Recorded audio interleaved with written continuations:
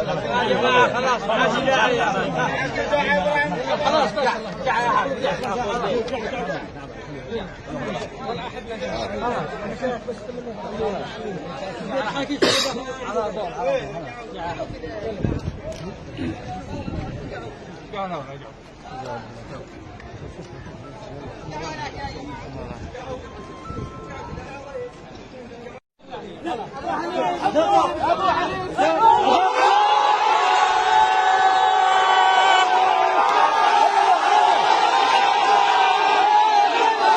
لاقى العفو فرحة كبيرة جدا، لكن وضع القاتل خلاص يعني كأنه مات. وهذه رسالة لكل من يتكبر ويتجبر ويقتل، أنه نهايتها الموت، ولكن أراد الله لحسين هرهرة في اللحظات الأخيرة. هذه إرادة من الله.